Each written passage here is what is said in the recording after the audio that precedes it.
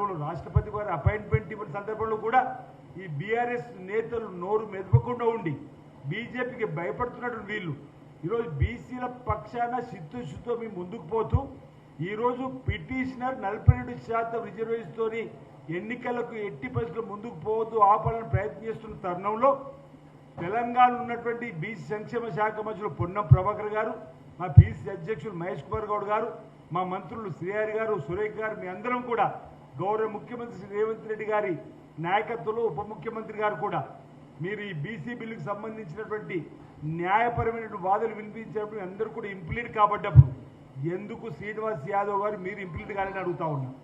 ఎందుకు భారతీయ జనతా పార్టీ రాష్ట్ర శాసనసభలో సై అన్నటువంటి వాళ్ళు మీరు అక్కడ నయ్యన్నారు. కనీసం ఈరోజు హైకోర్టులో జరిగినప్పుడైనా భారతీయ జనతా పార్టీ తరఫునన్నా ఎందుకు మీరు ఇంప్లీట్ కాలేరంటున్నారు. అంటే మా బీసీ బిడ్డలకు ఈరోజు సిద్ధశుద్ధితో కాంగ్రెస్ పార్టీ అమలు చేస్తుంటే రాజకీయ ప్రయోజనాలు అవుతున్నాయని చెప్పడానికి మీరు ఆగిర్రా. బీసీ బిడ్డల నోటి కాడికి వచ్చిన ముద్దను ఆపకండి మహాప్రభు అని మేము ఢిల్లీలో చేతులు జోడించి బాగా గుర్తు కామెంట్ చేసి మినిస్టర్ గారిని మనం ఢిల్లీలో కలిసినప్పుడు కూడా మేము రిక్వెస్ట్ చేసుకుని రావడం జరిగింది. కేవలం రాజకీయ కోణంతోనే బీజేపీ చూస్తుంది తప్ప ఈరోజు బీసీలకు సంబంధించి అన్యాయం చేస్తున్నటువంటి మాట ఇద్దరు సందర్భంగా చెప్తూ ఈరోజు హైకోర్టులో రాష్ట్ర ప్రభుత్వ పక్షాన బలమైన వాదనలు అభిషేక్ సింఘ్వి ద్వారా వినిపించినటువంటి సందర్భంలో మా గౌరవ ముఖ్యమంత్రి శ్రీ రేవంత్ రెడ్డి గారికి మా బీసీ సమాజ పక్షాన మేము ప్రత్యేకమైన ధన్యవాదాలు తెలియజేస్తూ ప్రభుత్వానికి ధన్యవాదాలు తెలియజేస్తూ ఈరోజు బీసీ మంత్రులు ముగ్గురు కూడా 12 గంటలకు మధ్యాహ్నం ప్రారంభమైందంటే మా ఎమ్మెల్యేలు మీ అందరూ కూడా మా కార్పొరేట్ చైర్మన్ మా చిత్తశుద్ధి నిరూపించుకోవడం కాదు, మేము భగవంతుడు ప్రార్థించిన 42% రిజర్వేషన్తో ఎన్నికలు ముందుకు పోవాలి, కోర్టులో కూడా సజావుగా మా వాదనలు విని ముందుకు సాగాలని చెప్పండి. అందుకే ఈరోజు ఈ బలమైన వాదనలతోటి రేపు వారి పిటిషనర్ రేపు నామినేషన్ ప్రక్రియ కొనసాగుతుందని చెప్పని దాన్ని ఆపాలని చెప్పినప్పుడు కూడా కోర్టు ఈరోజు ముందుకు పోయే విధంగా మరి ఏ నిర్ణయం తీసుకోకపోవడం వల్ల ఈరోజు మాకు రేపటి నుంచి 42%తో రిజర్వేషన్తో ముందుకు పోయే ఒక చక్కటి అవకాశం రావడం ఇది బీజేపీ బీఆర్ఎస్ యొక్క బీసీల వ్యతిరేక విధానాన్ని మా బీసీ సమాజం చూస్తుందన్నమాట.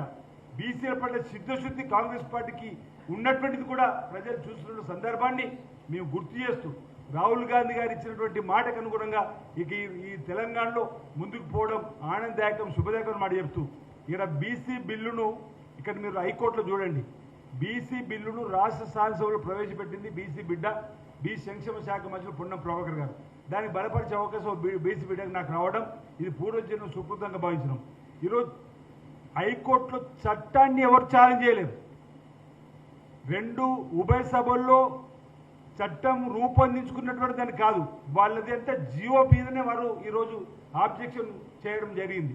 అంటే చట్టం పద్ధతి ప్రకారం ప్రాసెస్లో పోయింది కాబట్టి చట్టాన్ని మనం ఛాలెంజ్ చేస్తే నిలవమని జియో పోయింది. ఈరోజు ఒకవేళ గవర్నర్ గారు కానీ కేంద్ర ప్రభుత్వం కానీ ఈరోజు ఇక్కడ చట్టంలో ఏమైనా ఇబ్బందులు ఉంటే తిరిగి మాకు పంపిస్తే మళ్ళీ తిరిగి సరి చేసి పంపేవాళ్ళు ఇప్పటివరకు కూడా. వాళ్ళు కావాలనే రాజకీయ కోణంతోనే వారు ఆపే ప్రయత్నం చేస్తూ మీ సిద్ధుతో ముందుకు పోయే ప్రయత్నం చేస్తున్నాం.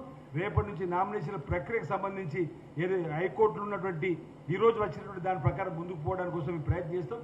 ఇది తొలి విజయంగా నేను భావిస్తా ఉన్నా బీసీ బిడ్డలకు సంబంధించి 42% రిజర్వేషన్తో ముందుకు పోవడానికి.